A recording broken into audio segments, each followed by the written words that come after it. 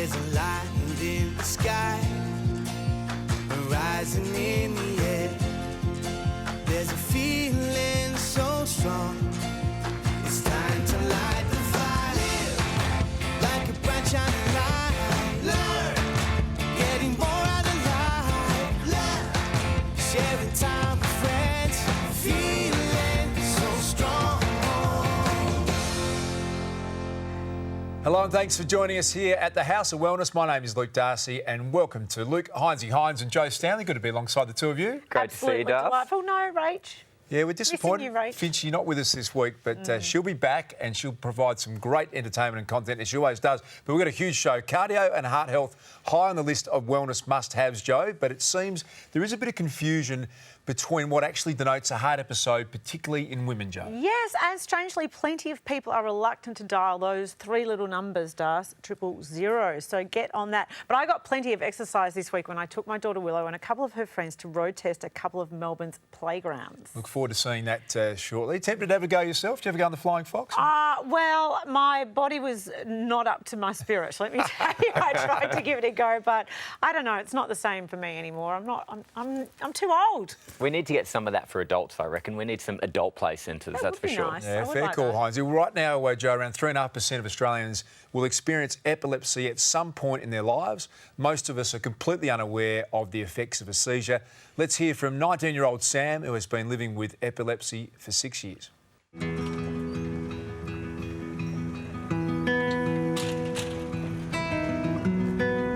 Mum dropped me off at school. I started walking towards a friend, about to say hi, and apparently I just collapsed.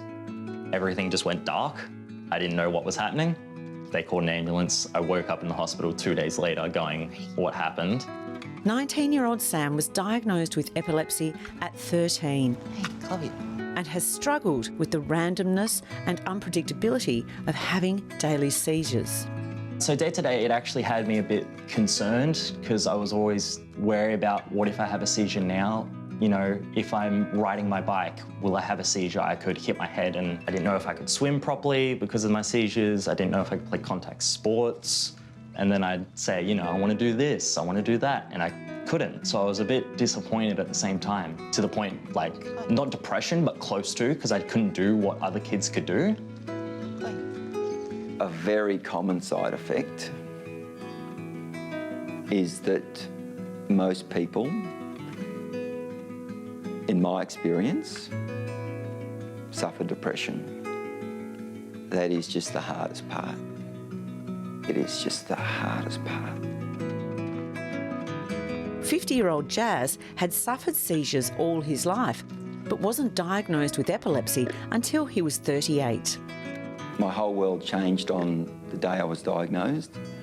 I lost my licence for an unknown period of time, which immediately impacted on my employment and what my job might be moving forward. And that opened up a whole range of uncertainty around what my future was going to look like and what sort of challenges that might mean for me. Epilepsy impacts on people's lives differently. My seizures are internalised. They impact on my brain. I lose a sense of what's happening around me and an awareness. Afterwards, it's tiring. I'm confused. I do struggle to sort of get back to where I was with what I was doing. Yeah, really struggle. My regular seizures would probably last a minute or two, but it would use up so much energy for my body and my brain that I would probably sleep for a maximum of about 2 days. And then I'd get really hungry. Because of the severity of Sam's seizures, his family and friends raised money for him to get a seizure alert dog, Chloe. She's been with me for 6 years now. She's probably saved my life, actually. 1 or 2 times. My facial expression would change just before I have a seizure. My smell would change. So she'll start whining to me, indicating, hey, get ready. So I would then sit on the floor or lay on the floor, make sure nothing dangerous is around me that could hurt me. And then I'd just get ready to have one. Okay, come, let's go. Both Sam and Jazz are now able to manage their seizures with the help of medication. And although it's not an easy road ahead, Jazz feels hopeful. I'm now far more involved in doing things I enjoy than I was, and it's given me a greater appreciation of what's important in life. When I reflect on it, if you can let go of the things that you think matter, then sometimes what's on the other side isn't that bad after all.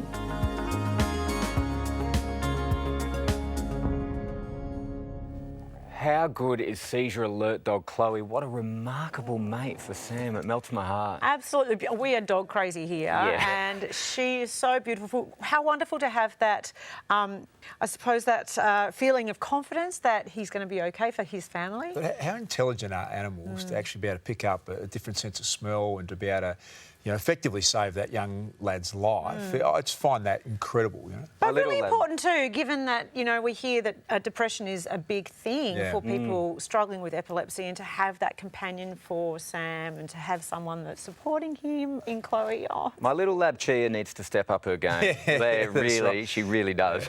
And Dennis and Staffy not pulling his weight at all at my house as well, so message to you. After the break, another life-saving alert system. This is an incredible story. It's groundbreaking. It's being developed right here in Australia. You need to stick around. We're going to tell you all about it next on the House of Wellness.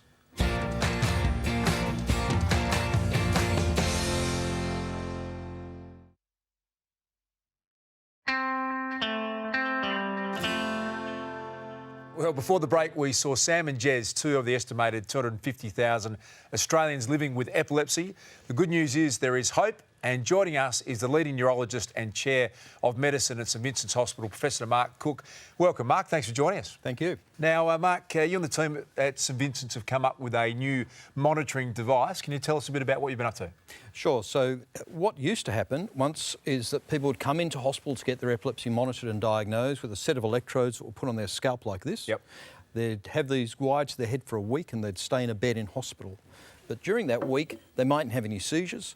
They mightn't have the sort of seizures that they normally have, and we mightn't get an answer.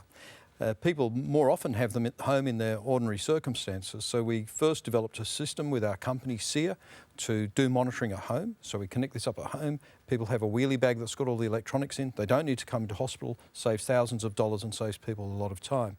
And it's much more accurate because we collect the sort of stuff that is normally happening to them, which is way more important. And is this easily accessible now? It is. So we had a long waiting list to come into hospital before. People would sometimes wait a year to come into hospital and get this test done, but we can do it now in a matter of weeks. So it's a hell of a lot more accessible, and that makes a big difference. But you've got some exciting new progress. But we've got exciting new progress. So we've got funding to go to the next stage. So there are several stages, and something that we've been very interested in, and something the Epilepsy Foundation of America have given us this big grant with collaborators in the $4 million States. Australian dollars. What a moment. Congratulations. Big That's boost. great. Yeah, no, thank you. Yeah. Big surge for epilepsy. So what we're looking at is all these new technologies, so wearables, everyone's interested in Fitbits, and this sort of technology can capture a lot of the activity that happens with seizures, not only movement, but electrical changes that happen that affect the skin that we can measure with wearable devices. We can even, instead of these, put little stickable electrodes on the scalp and just record a few channels. Not quite as accurate, but it still might give us the information that we need. The next stage we're looking at is to put an implantable system in that goes underneath the skin and records seizure activity continuously. Wow. So for someone who hasn't got epilepsy, and I don't have anyone in my life that does, it's hard for me to understand how debilitating the condition is. What is these developments going to do for people with epilepsy? They lead to much more accurate diagnoses. They let us monitor people's treatment much better, and ultimately they'll let us forecast, or in a sense predict, seizures, and that's really exciting. Because it's not just the fear of having the seizure, it's the anxiety of going about everyday life that's so tough. That's absolutely right, and that's what's hardest for the ordinary person to understand. If you've lived or met anyone with epilepsy, had a friend with epilepsy, you understand this straight away. The problem is the unpredictability is the most disabling element. You can't go out to a social event, the movies, on It would public just transport. be incredible if we could preempt it happening, a seizure event, before. That's right. So you can do a lot just if you know when one's going to happen. But ultimately, we'd like to have therapies that can be given just when a seizure is anticipated. Wow. So rather than at the moment giving therapy all of the time to prevent a seizure that you don't know when's going to happen, if you knew when it was going to happen and you could treat it just beforehand, that would be terrific. Hey, Mark, epilepsy, as Joe said, is foreign to many of us, but you see stories like Jez, for example, who wasn't diagnosed for 20 years. The symptoms, they're not always obvious. I mean, I associate it with seizures. That's not always the case, is it? That's right. So when we think of epilepsy, we think of major convulsions where people collapse and shake, and certainly they happen.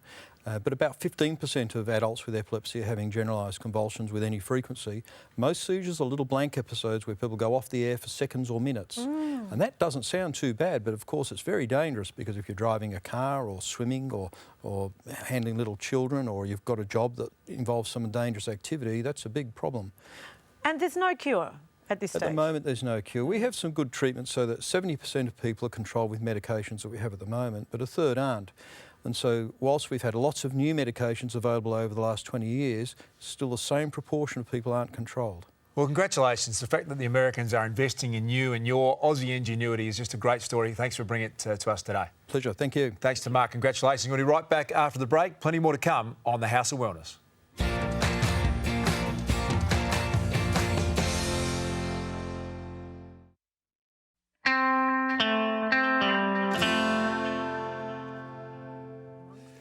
Welcome back to the House of Wellness. We all want our kids involved in something outside the digital world, Joe. It's something we've discussed here before on the House of Wellness. Getting them off their devices can be a bit of a challenge at times, though. It can be. And remember when we were kids, our mums used to say, just go outside and don't come back until dinner time.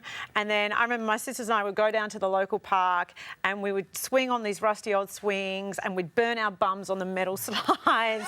And there was this whizzy-dizzy that was highly dangerous, and you'd fly off and hit the tan bark and no one cared. They don't make them the same anymore, they don't. I've got a friend who's got a tennis court, 6 kids and a tennis court. He locks the gate, and unless there's blood, they're not allowed to come back out, Joe. It's for a couple of hours of rest. And I think It's maybe a bit great. harsh, but fair. For him, it works, I'm guessing. So let me tell you, it's not like that anymore with playgrounds these days.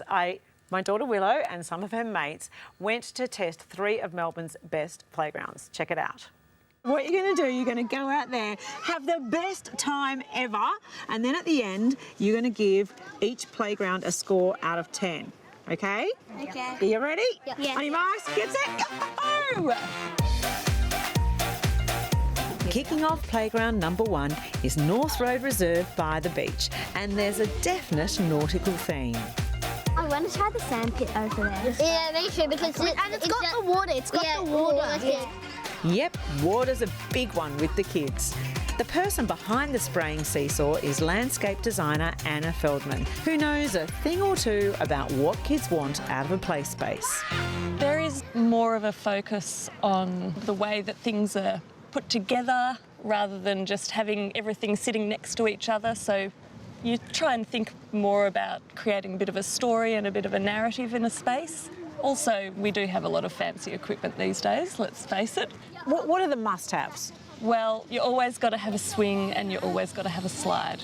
All right, guys, you've tested playground number 1. What is your score? My score is a 9 out of 10. Willow? My score is a 5 out of 10. Zach? My score's a 7 out of 10. All right, guys, ready, set, on to the next park.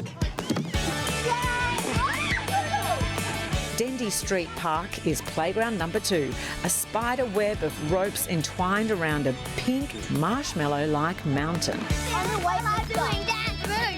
I love the fact that when you see kids play, it's like stream of consciousness. It must be very rewarding to see them just allow themselves to go from one thing to another, Yeah, and sometimes they just seem to be running around within the space to no discernible reason. No, it's true. They don't need one.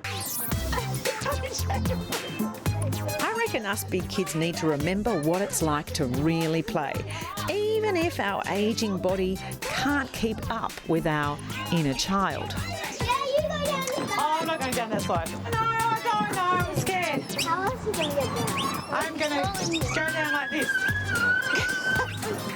I gave this playground a 9 out of 10. This spinny thing was a bit slow. I don't know what to call it because it's just bad. But I'm going to rate this a 9.5 out of 10. 9.5 out of 10. Are you ready for the next one? Yeah. 1, 2, 3, go! Yeah! finally, playground number 3, Thomas Street Reserve. A magical maze of turrets and forts. No rusty old swings or scorching metal slide here. So you don't give it a spin yourself? Yeah, I do tend to test all the equipment, except for the curly tube slides. Not your thing. I'm worried I'm going to get stuck in them. Oh, I know. Oh, yes. I got stuck in a kids' play centre once, right? So it can happen. It can I knew happen. I was right to not go in them. There's lots of things to do, and then there's things that you can do and things that you can't do. So it makes it like you come back to it, and then suddenly you can do it. Not much playgrounds are made out of wood, so I think that's pretty creative. So I rate this playground an 8.5 out of 10. I really like it, so I'm going to rate it a 10 out of 10. I'm going to give it a 10 out of 10. All right, we had North Road with the ship. We had Dendy Street with the swirly slide, and we've got this one here in Thomas Street. Which is the best? Thomas Street. Dendy Street. Thomas Street. Controversial, but they're all amazing, aren't they? Yeah. Yes. All right, let's go, kids! Yay! Oh my God, I'm exhausted. Oh, Joe, I absolutely love that you told us that you got stuck, but I think it's really important to clarify for those at home that Joe got stuck in a slide as an adult. No. Now, I was at one of those indoor play centres which are terrifying for adults, and my daughter was up the top, and I went up, and it's not made for adult hips, those things. Darth, what about you? What's your worst nightmare? Do you remember those playgrounds? I was mid-80s growing up. They were death traps. Effectively, slides were sort of 10-foot drops. If you got through without a broken bone or concussion, you'd actually be in the elite category. But that was great. Willow, I love the fact she fell off, didn't break stride, continued to do a piece to camera. It's true. She inherited a bit of Mum's ability on the camera. Born for showbiz. Doesn't stop talking, my daughter, so no, I'm very proud of her. Great story. What do you think of me on the rope, though? I made it up. About a 4 out of 10, I think, if we're doing scores out of 10. Hey, that's how we keep our kids active. Great story when they're outside, but what about taking care of their insides? Our man behind the health bar is Gerald Quigley. He's got the answers. Gerald, what can you tell us? Isn't it fun to ask when you see kids smiling and laughing, and adults suddenly come out of their shells as well? But look, keeping kids well is a real challenge. And part of the problem we have are these things we call growth spurts. So children never grow exponentially. They grow and stop and grow and stop. And when they grow, there's an enormous drain on their immune function and their ability to thrive. And that's when they're often susceptible to some of the infections we find. And so what do we do with those infections? Because they can linger forever, and I don't like being that parent that sends my daughter to school when she's sick. But, I mean, what do I got to go to work. So sometimes I do. Well, there are some brilliant combinations around, Joe, and we probably now look at supporting a child across winter. Kids are so active these days, aren't they? At school, there's after-school activities, there's friends, it's non-stop. So we have got some magnificent herbal combinations here. And the two really that are featured is echinacea and elder. So two beautiful, fragrant, supportive herbs. So I have heard of echinacea, which is about your immune system, I understand. What does elder do for me? Elder is a bit like echinacea in that it not only supports immune function, so we're talking here about hastening recovery for a child who is unwell, but what it also does is soothe inflamed tissues like throats, sinuses, chest. So it's the sort of thing that we can use confidently to actually get a child better, particularly for those kids, and we've all had them, that never seem to actually get well completely. It just hangs around. Elder is the perfect herb for that. Yeah, because could it be true that some kids are just sickly, or we're just not getting to the heart of what their problems are?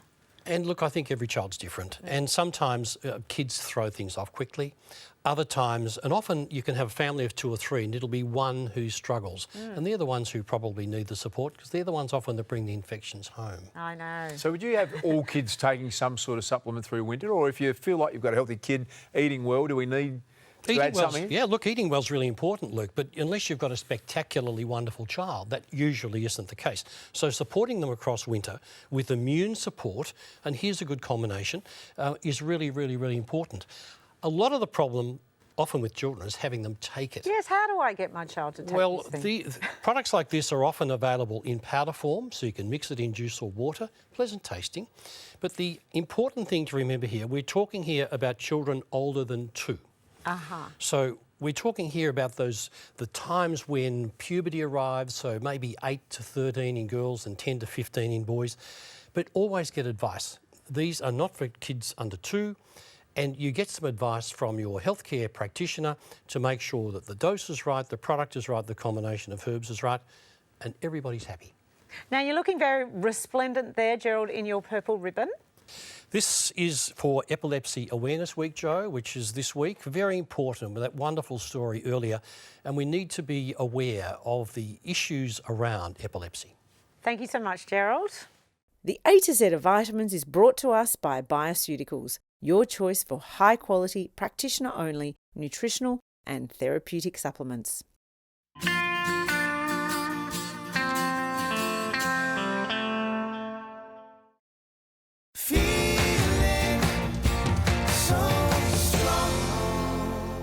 Here at the House of Wellness, we're all about health, mindfulness and a whole lot of heart, and that means taking care of our cardiovascular health. I'm Leonie Fryer, I'm 56 years of age and I've had a heart attack. Leonie was 39 years old when she was diagnosed with a bad case of heartburn. A week later, she was having emergency heart surgery.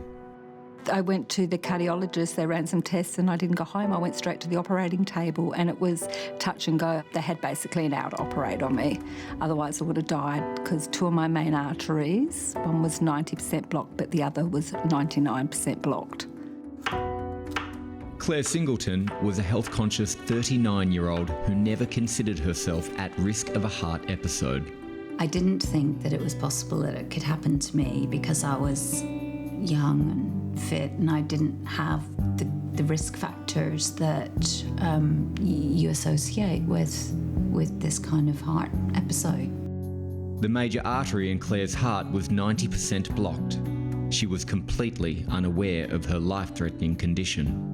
Started to get radiating pain going across my chest and over and towards my arm, but on the right-hand side.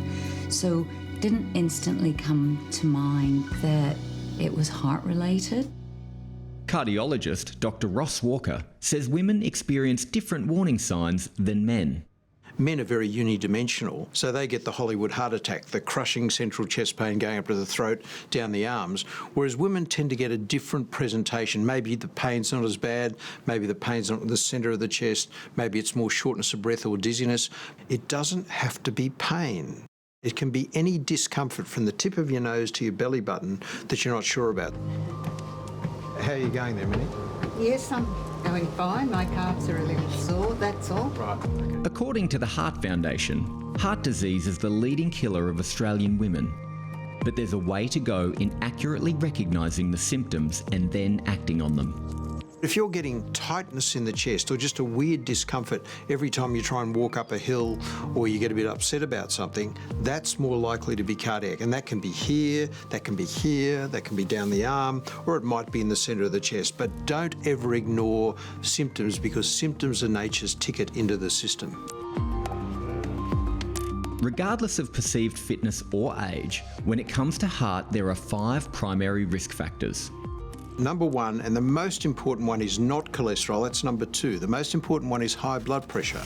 Number 3 is cigarette smoking, and tragically still 13 to 14% of the Australian population still smoke. Number 4 is diabetes. And number 5 is a family history of someone who has some sort of vascular disease before about age 65. And while 7 in 10 Australian women have at least one risk factor for heart disease, there is some good news. This is the most important point I can make. Lifestyle is king. I'm also a great believer in evidence-based supplements. So there are a variety of different supplements that are very good for cardiovascular health. Ubiquinol is the active version of coenzyme Q10. as we get older, our CoQ10 levels drop in the bloodstream and drop in our cells. And that's why many people over the age of 50 feel tired, because they don't have enough CoQ10 running around in the system to give them good quality energy. But specifically for cardiac disease, there are many people who've gone beyond just standard heart disease to get what we call cardiac failure, where the heart doesn't pump properly. And there's some extremely good work to show that ubiquinol improves cardiac function in conjunction with orthodox medical therapy. For Claire and Leonie, hindsight is a wonderful thing. I look back and I think that I was probably under a lot of stress for a reasonably prolonged period of time. I certainly have slowed down my lifestyle. Most importantly, I listen to my body. If there's something wrong, I'll be dialing 000. Well, a staggering 30,000 Australians suffer a cardiac arrest each year and less than 10% survive. Joining us now is a paramedic who specialises in emergency response to cardiac arrest. Welcome to Kylie Dyson. Thanks, Kylie.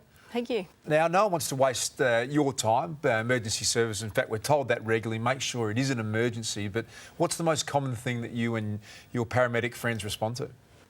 Cardiac conditions are the most common thing that we respond to. In fact, they're our bread and butter type work. We would respond to these cases most shifts. And many people often think that these will be majority men, but about 40% of these cases are women. And why is it that women are not calling 000? I think often women don't think that they're at risk of a heart condition, and also women can present slightly differently to men when they're having a cardiac illness. So they may not present with a typical clutching chest pain. They may actually present, say, with dizziness or sweating or some discomfort in their arm or their neck or their jaw. So it might be slightly different and they may not recognise it as a cardiac emergency. So you described a whole range of symptoms there. Yeah. And I just don't know when it's severe enough for me to reach for the phone and call for help. How do I know? Yeah. Well, the interesting thing is that the severity of the discomfort or the pain does not necessarily actually relate to the severity of the condition. So people may be complaining of some tightness in their chest or their arm or their shoulder or something, and that could indicate that there's something going wrong with their heart. So we would encourage people to call an ambulance whenever they're experiencing any of these symptoms. So, Kylie, is there a common thread that you see, and we're talking about preventative now? You're out there saving lives and doing an incredible job, but is there a common pattern you think if people did this, we'd have less instances? So one thing that we see is that we would like people to recognise this earlier, and we would like them to call us earlier, because we always say that time is muscle, your heart is a muscle, and so if there are any blockages in the vessels in your heart, any time that the heart is not receiving the oxygen and nutrients that it needs, is costing you your muscle in your heart. So we want people to recognise the symptoms early and call us as soon as possible. But so if I do call and it actually turns out not to be a big problem, what's going to happen? Because I feel really bad about that. Yeah, we often have people call us and say, I'm so sorry, I'm sure it's nothing. Yes. But actually, we take heart emergencies very seriously. And so if you are experiencing any of the symptoms, we would prefer that you call. There's a number of tests that we can do. And then if we are further concerned and think that you need blood tests and things like that, then we can take you to hospital for that. So we always take these symptoms very seriously. So if I've just pulled my neck in Pilates, you know... Probably not. Probably well, that could happen. I don't know. I am a hypochondriac. I can remember the story of the late Kerry Packer, who had a heart attack on the golf course and then paid for defibrillators on every hole. And I think in every ambulance in New South Wales. He then paid personally for a defibrillator. Have you got them in all of your ambulance vehicles now? We certainly do. And actually there are defibrillators scattered across the nation. So members of the public can actually use defibrillators now. You can save a life by using a defibrillator before the ambulance even gets there. So this is a life-threatening emergency. So if you saw someone collapse, they're unconscious, and they're not breathing, then you can do CPR. And also, before the ambulance gets there, you can get a defibrillator, turn it on. It will actually give you instructions on how to use it, and it's perfectly safe. Thanks, Kylie. Thanks for your insight. Really appreciate you dropping in today to the House of Wellness. This is the country's biggest killer, and the message is, if in doubt, don't hesitate to call Kylie and an ambulance. From heart health up next to dental do's and don'ts, we've got all the tips on how you can get a great smile. That's up next.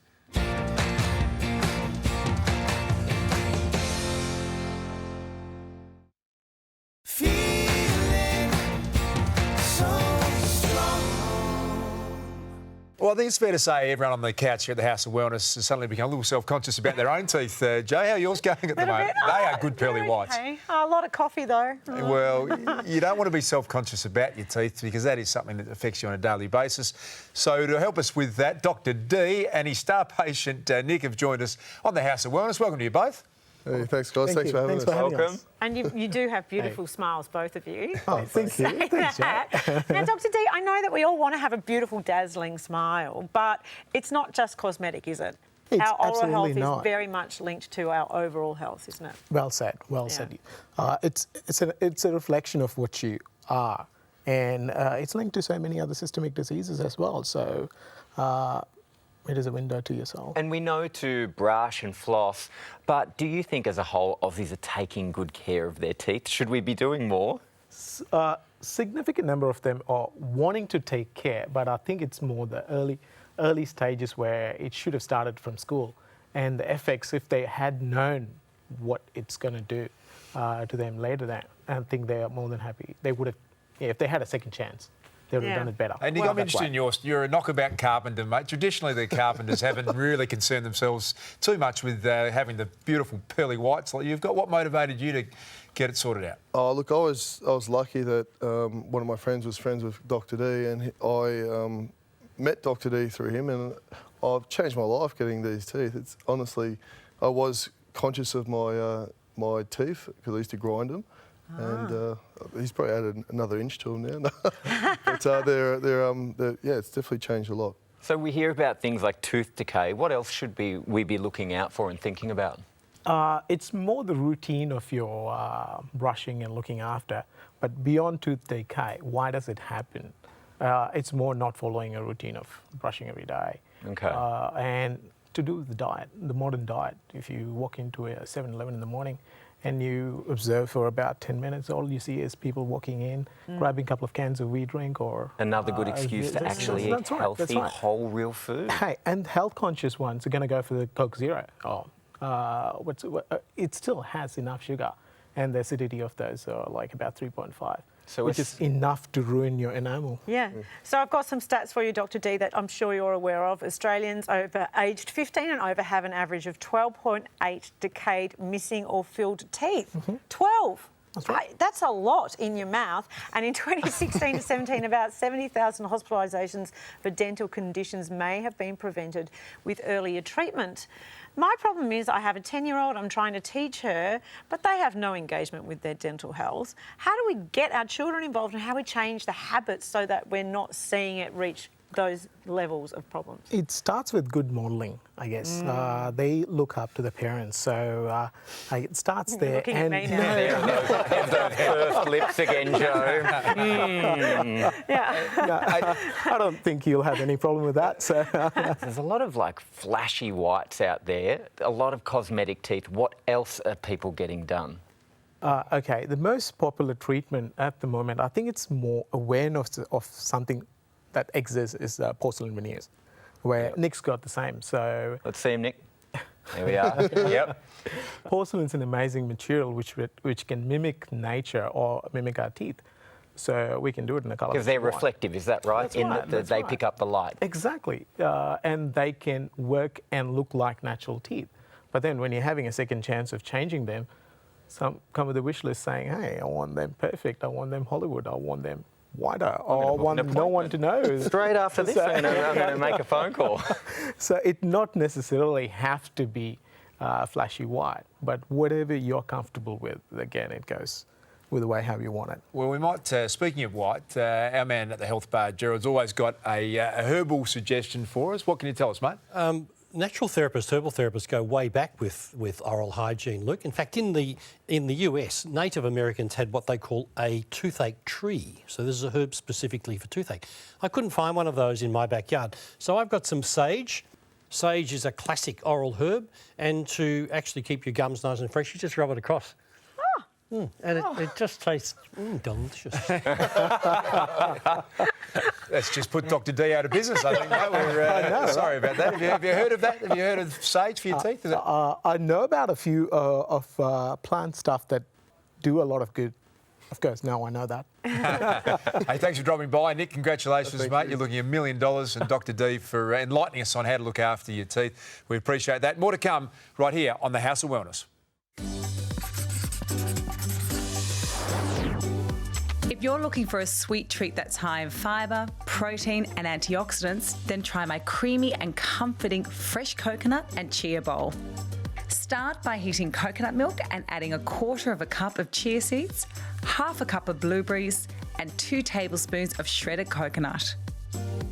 A teaspoon of Bioglan bentonite clay can help you spring clean your system and relieve digestive problems.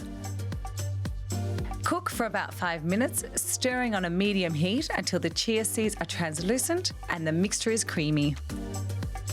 Serve top with thinly sliced bananas and the crushed nuts and seeds of your choice.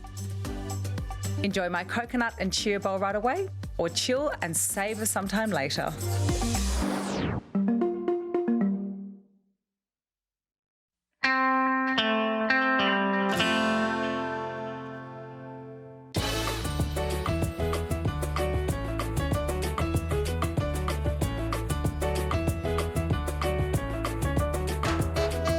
Hit the snooze button.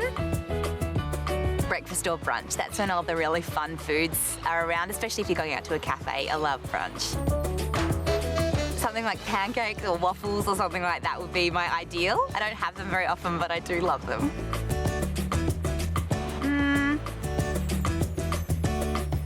A little bit of both, or a lot of both, or at least some exercise. I did one session of rowing once when I was in high school, and when I was on the rowing machine, a fly flew into my mouth and I was like, that's it, rowing is not for me. I don't think I've slept properly for about 3 years. I don't know.